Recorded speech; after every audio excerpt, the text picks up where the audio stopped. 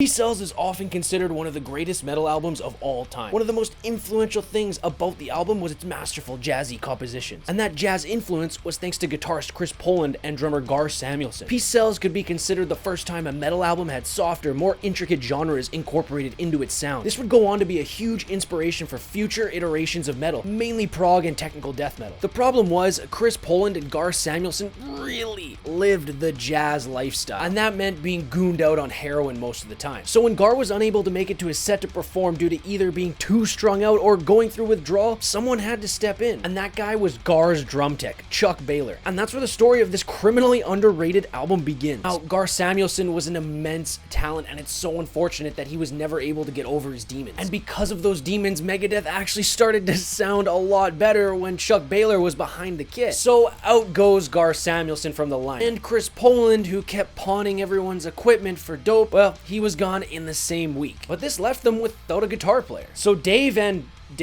go scouting for a new guy, and they immediately find someone called Jay Reynolds. And their first recording sesh went as follows in the words of Mustaine. "Okay, let's hear your part," I said. He just sat there looking off into space. And eventually he says to me, "Yeah, I'm just gonna get my guitar teacher to come on down here. It's cool, he'll play the solos for me now and then teach them to me later." And then I turned to Junior, whose jaw was dropped to the floor like mine, and said, "We're fucked." And so he ended up bringing his guitar teacher in, and that guitar teacher was Jeff Young. And when he came in to play and record, he dropped Dave's jaw to the floor even more than it already was. And that's in more ways than one. "Jeff, we'd like you to be in the band, but you're gonna have to change everything. Your hair, the way you talk, the way you dress. Everything." I'm sure he looked cool in his Sperry top sliders, board shorts, and Teen Idol hair, but he was very unmetal and definitely not Megadeth material. And so the second ever Megadeth lineup consisted of Jeff Young, Chuck Baylor, and the two Daves. And this lineup would go on to record a classic Megadeth album, just the one, that is criminally underrated in Megadeth's catalog. And that album also turns 1988 to be 1990. And that album turns 35 years old today, January 19th. That is so far, so good. So what? And for real, who talks about this album? It never gets mentioned in the classic Megadeth album lineup. And I get it. At first listen, the production quality has dipped since Peace Sells, which was so clear and had all the instruments perfectly placed in their mix, especially for the time. I mean, listening to the remastered version of Peace Sells and the original does not yield much difference, but the same cannot be said for So Far So Good, So What. But yet, despite its lower production quality, mainly with the drum mix, this deserves to be in Megadeth's upper echelon of releases. The loss of Chris and Gar did bring Megadeth down to earth in terms of playing style and intricacy, but this still was not baseline, basic ass thrash metal. That was what was mostly going on at the time. But it also wasn't the jazzy influenced compositions that Peace Sells and Killing Is My Business often were. Instead, Dave took what he did best, making intricate, quick tempo compositions, and doubled down on that niche with no other bullshit holding him there. In his own words, Gar would use his kick and snare, and then a few snare drum rolls for each measure. Chuck would just stay on the kick and snare with a lot of hi-hat. It was more of a punk rock approach. Neither style was necessarily better, but it was a breath of fresh air to get back to straightforward, block-headed heavy metal. And the first thing I noticed when I listened to this album is the more hollow sound of the guitars compared to previous releases. Not that this album isn't heavy, it's really heavy, but they've seemed to hollow out the post-mix of the guitars and up the density of the bass. Check these out and see if you can catch my drift.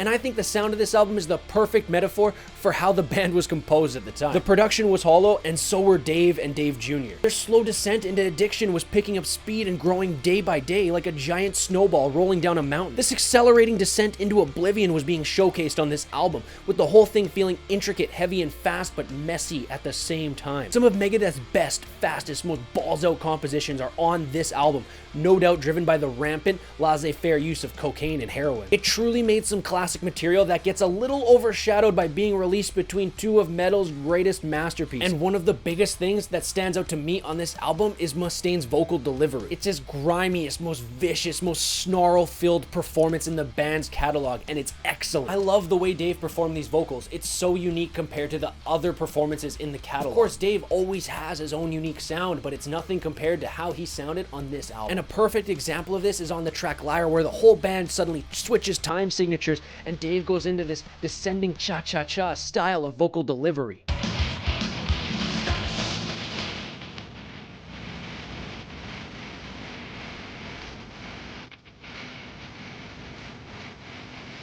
I absolutely love this. So vicious and prototypical Dave Mustaine, and the whole album is filled with these excellent snarled deliveries. I also mentioned the bass tone earlier, and in my opinion, this is Ellefson's best performance with Megadeth. While the guitars and drums are a bit more hollow, Junior's bass comes up to the forefront with Dave's vocals, filling up those spaces left by the lead and rhythm guitars. And I think the clearest example of this is with Hook and Mouth, but also on Into the Lungs of Hell, where Junior's impact is felt so heavily on that intro, setting the stage for the rest of the album. The drumming's also really well done on this album, but like Dave mentioned earlier, it's nothing compared to those smooth, jazz-infused compositions that Gar brought to the band. It's a lot more straightforward playing and more in line with someone like Lars Ulrich than it would be with someone like Charlie Benante. But there are two things that I think are an absolute treat on this album that no one talks about, and those are the lyrics and the absolute shredding riffs that are secretly layered throughout this whole release. This is some of Dave's best writing front to back, both lyrically and on the strings. Naturally, In My Darkest Hour is the first piece that comes to mind,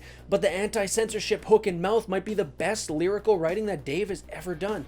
Not to mention Set the World Afire with its apocalyptic anti-war message, or Mary Jane with its creepy tale of a young witch buried alive by her father. Dave's lyrics were on another level here, even beyond what he would write on Rust in Peace. And considering the pieces that left the band, the guitar work on here is exceptional. Jeff Young definitely steps in and performs admirably with tons of solid solos littered throughout the album. And even Dave stepped up his game here solo-wise. But my love here isn't necessarily for the guitar solos, which are good, but not great, and more for the absolute monster riffs that are hidden throughout the whole album. Set the World Afire has such an immense, powerful groove, and the chorus draws you in and challenges you to keep your neck upright. That tight start-stop jamming is something I miss so sorely about old Megadeth, and this song is a perfect example of it. And what about Mary Jane? This song is a riff salad, so criminally underrated and well done. This is some of Megadeth's best riffs right here on this song. And on 502 with those super quick hammer-ons with the double bass pounding in the background, man, this is some all-time top-tier thrash. I could go on, but I will just show you instead.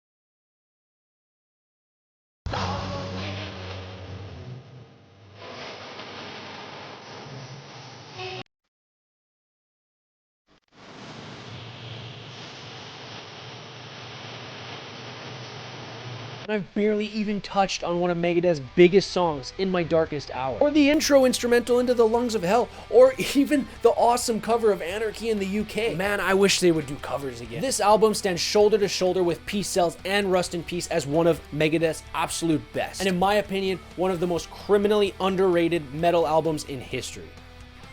I hope I've shown you that behind the hollow production and the subtraction of some immense talents and a spiraling out of control cocaine and heroin addiction, that Dave was still able to cobble together one of metal's greatest albums, an absolute masterpiece. But I want to hear what you think about this album. Do you agree with me? And if you disagree, tell me why down below. Thank you so much for watching, and we will see you in the next episode. Long live metal.